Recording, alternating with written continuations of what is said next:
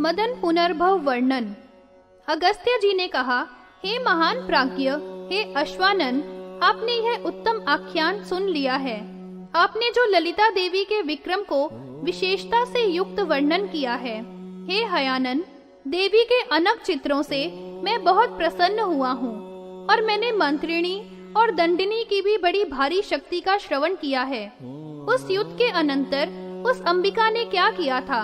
हे हयानन, चौथे दिन की शर्वरी में विभात में क्या किया गया था? हयग्रीव जी ने कहा, हे प्राज्ञ कुंभज, अब आप वही सुनिए जो भंडासुर के मरने पर जगदम्बा ने किया था। शक्तियों की संपूर्ण सेना को, जो दैत्यों के आयुधों से अर्दित हो गई थी, अपने अमृत से प्लुत लोचनों के द्वारा पुनः आह्लादित किया था।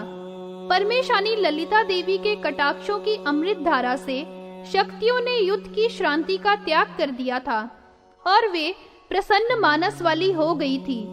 इस अवसर में देवगण भंडासुर के मर्दन से प्रसन्न हुए थे।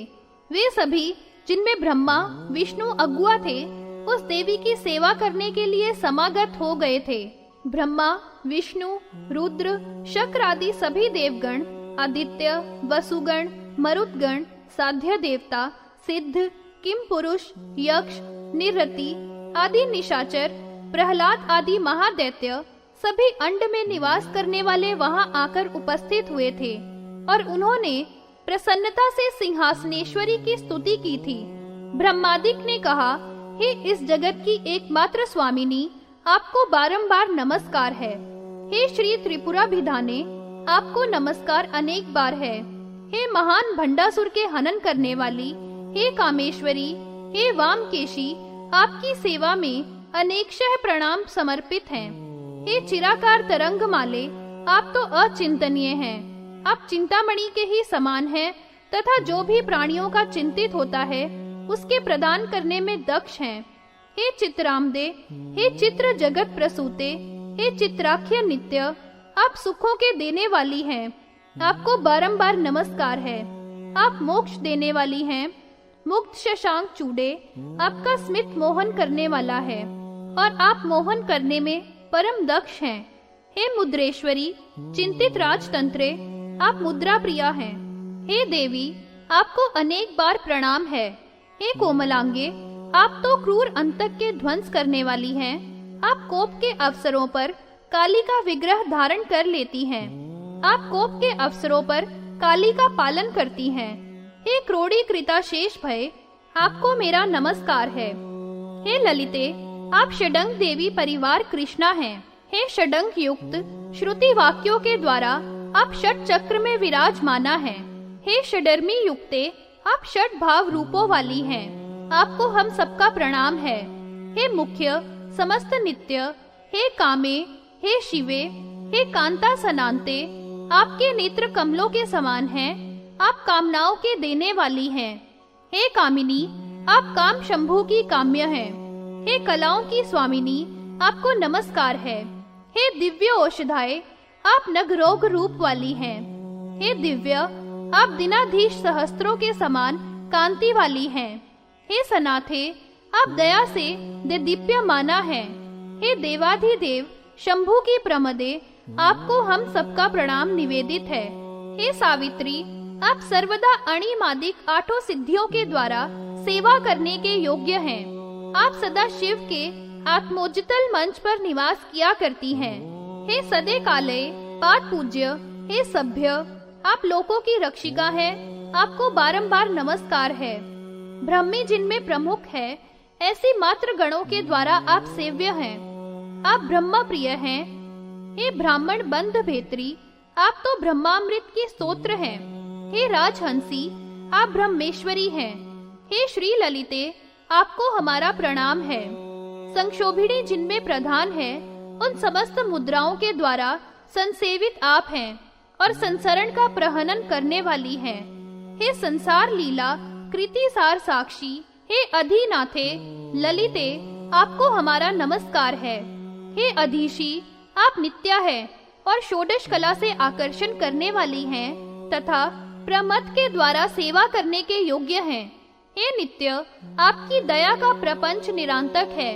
आपके नीले अलकों की श्रेणियां हैं आपको बारंबार नमस्कार है। अनंग पुष्पादि एवं उन्नता अनंग देवियों के द्वारा आप निरंतर सेवन के योग्य रहती हैं। हे अभव हंत्री, हे अक्षर राशि रूपे, आपने समस्त शत्रुओं को निहत कर दिया है। हे ललिते, आपको हमारा नमस्कार है। आप संक्षोभिणी प्रभृति जिनमें प्रमुख्य है, ऐसी अर्ची मालाओं से समावृत उदार महान प्रदीप्त वाली हैं। हे विभ्रमाढ़े, आप आत्मा को आविभरण करती हैं। आपका शुभ्र आश्रय है। हे शुभ्र पदे, आपको नमस्कार है। शंभु के सहित सिद्ध आदि शक्तियों से आप वंद्यमान हैं। आपका चरण कमल सर्वग्र के द्वारा ही विज्ञात है। आप सबसे बड़ी हैं, आप सब में विद्यमान हैं और आप सब सिद्धियों को प्रदान करने वाली हैं। हे श्री ललिते, आपको प्रणाम है। आप सर्वत्र से समुत्पन्न प्रथम देवियों के द्वारा आश्रित चक्र भूमि वाली हैं और सब देवों के मनोरथों को पूर्ण करने वाली हैं। आप संपूर्ण लोक की माता हैं, हमारी रक्षा कीजिए। हे वाशिनी आदि वाग्वी भूते, आप वर्धिष्णु चक्र की वाहवाह हैं। आपके केश बलाहक की द्युति वाले हैं। आप वचनों की सागर हैं। आप वरदान देने वाली हैं।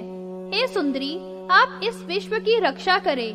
बाण के आदि विशेष आयुधों की साम्राज्ञी हैं। आप भंडासुर की सेना के वन के लिए दावाग्नि हैं। आप अतीव उग्र तेज से अंबुराम्भी को भी ज्वलित करने वाली हैं। आप प्रसंव्यमाना हैं। आपको सभी ओर से प्रणाम है। हे कामेशी, वज्रेशी, हे भगेशी, आप रूप रहित हैं। हे कन्या, हे कले, आप काल के विलोप करने में परम दक्ष हैं। आपने दैत्यों की सेनाओं को पूर्णतया समाप्त कर दिया है और अब उनकी केवल कथा ही शेष है। कामेशयांते, हे कमले, आपको नमस्कार है। आप बिंदु में ही संस्थित हैं और आपका रूप बिंदु कला ही एक है। आप बिंदु के स्वरूप वाली हैं और आपने ज्ञान के बड़े प्रकाश को किया है। आपके बड़े कुचों पर हार विलुलित हो रहा है। आपका प्रभाव बृहत है। हे ललिते, आपको हम सबका नमस्कार है। आप कामेश्वर की गोद में ही सदा निवास किया करती है और आपका काल ही स्वरूप है। हे देवी, आपने बड़ी अनुकंपा की है। आप कल्प के अंत में उठी हुई काली के स्वरूप वाली हैं। आप कामनाओं के देने वाली हैं और आप साक्षात कल्पलता हैं। आपको नमस्कार है। आप सवारूढ़ा हैं और सांद्र शीतांशु के समान शीतल हैं। आपके नेत्र हरिण के बच्चे के तुल्य हैं और आपका मुख कमल जैसा है। आप सार के भी सार की सदा एक भूमि हैं। आप समस्त विद्याओं की स्वामिनी हैं। आपको हमारा प्रणिपात है। आपके प्रभाव से श्री शंभुनाथ के द्वारा प्रकटित अग्निजामे चित्त है। समर में महान प्रचंड भंडासुर प्रभृति सब जो जगत के कंटक थे मारे गए हैं। सब शरीरों को नवीन करके हमको स्वस्थ बना दिया है और आपने सांद्र करुणा की सुधा से ही कर दिया था। आपने समस्त भुवन को हर्ष के साथ जीवित कर दिया है। हे सभ्य लभ्य, आप तो परम सुंदरी हैं। महान आशय वाले श्री शंभु के आप द्वितीय तेज के प्रसर के स्वरूप वाली हैं, जो स्थाणु के आश्रम से क्लृप्तता से विरक्त सती के वियोग से विरस्त भोग वाला है। इससे आद्री के वंश में जन्म का लाभ प्राप्त करने वाली कन्या उमा को योजित करने के लिए सब प्रवृत्त हुए थे। घोर तपस्या से वर्तमान उनके समीप में कामदेव को भेजने की प्रेरणा की थी। उन्होंने वैराग्य से किए जाने वाले तप के विघात से जो क्रोध हुआ था, उससे वह कामदेव ललाट की अग्नि से दग्ध कर दिया था। फिर मदन भस्म मात्र रह गया था। वही मदन फिर भंडासुर होकर उत्पन्न हुआ था। इसके अनंतर आपने दुराशय का, जो रण में बहुत ही दुर्मत था, वध किया था और हम लोगों के लिए वह बिना शरीर वाला हो गया है। उस कामदेव के संजीवन को आप शीघ्र ही कर दीजिए। यह रति विचारी अपनी स्वामी के वियोग से बहुत ही खिन्न है। उसको अत्यंत बुरा वैधव्य प्राप्त हो गया है। हे श्री ललिते, फिर आपके द्वारा उत्पन्न किए गए कामदेव के संग से वह सनाथा होगी। उसी भांति उस दुष्ट कामदेव ने फिर इंदु मौली को पूर्व की ही भांति सम्मोहित किया है। वह ईश चिरकाल पर्यंत अर्चना करने वाली उस पार्वती के साथ शीघ्र ही विवाह करेंगे। उन दोनों के संयोग से कुमार उत्पन्न होगा जो समस्त देवगणों की सेना का सेनानी होगा। उस ही वीर के द्वारा रण में असुरों का राजा वह तारक पराजित किया गया। वह तीनों लोकों का धूमकेतु परम दुष्ट भंडासुर का मित्र था। वह रण में श्री कंठ के पुत्र के द्वारा ही मारा गया था। उसी समय में हमारे प्राणों की प्रतिष्ठा हुई थी। इस कारण से हे अम्ब, हे त्रिपुरे, जनों के मान के अपहर्ता वीरवर कामदेव को उत्पन्न करके विचारी उस व्याकुल कुंतला रति के विधवा पने को आप दूर कर दीजिए। यह विचारी अनाथ है और अपने भर्ता के प्रणाश होने से अत्यंत कृश अंगों वाली आपकी शरणागति में प्राप्त हुई है। हे त्रिपुरा भिधाने, यह आपको नमस्कार करती है, अतएव इस बिचारी पर आप करुणा करिए। हयग्रीव जी ने कहा, उत्तम देव ब्रह्मा आदि ने इस रीति से उस ईशानी की स्तुति की थी और उस रति को बहुत ही मलिन और शोक से कर्षित ही दिखा दिया था। वह मुख पर आंसू फैलाती हुई, बिखरे हुए केशों वाली और धूली से धूसर और विधवा होने के कारण भूषणों को त्याग देने वाली उस रति ने उस जगदम्बा की सेवा में प्रणाम किया था। इसके अनंतर उस बेचारी वैधव्य को प्राप्त हुई रति की ओर देखकर जगदम्बा के हृदय में करुणा उत्पन्न हो गई थी और उस परमेश्वरी के कटाक्ष से मुस्कुराते हुए मुख वाला कामदेव समुत्पन्न हो गया था। उसके देह की कांति पूर्व के देह से भी अधिक थी और वह मद से मेधुर हो गया था। उसकी 2 बाहु थी, वह समस्त भूषणों से संपन्न था और पुष्पों के बाणों वाला तथा कुसुमों के धनुष वाला था। पूर्व जन्म की प्रिया रति को कटाक्ष के द्वारा आनंदित कर रहा था। वह रति भी महान आनंद के सागर में मग्न होकर अपने स्वामी को देखती हुई आनंद को प्राप्त हुई थी।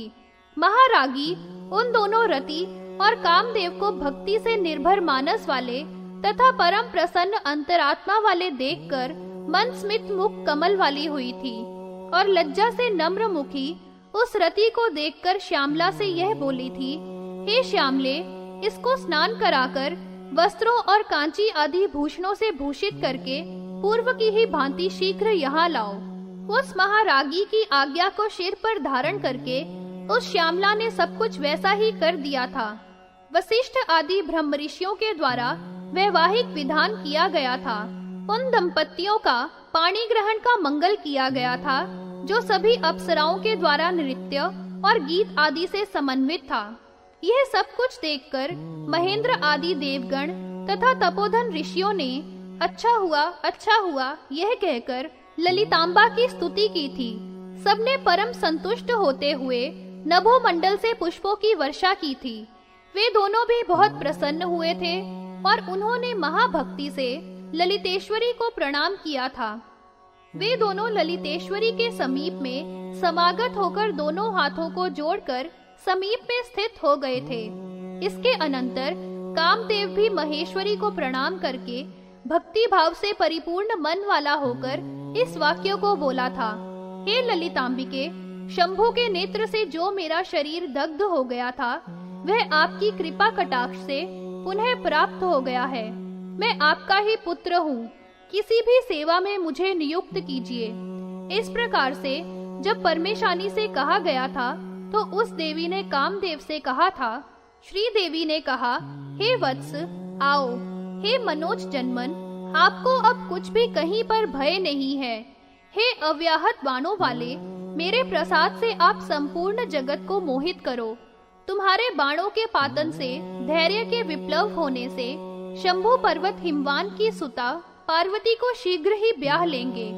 मेरे प्रसाद से तुमसे समुत्पन्न सहस्त्रों करोड़ कामदेव सबके देहों में प्रवेश करके उत्तम रति को देंगे।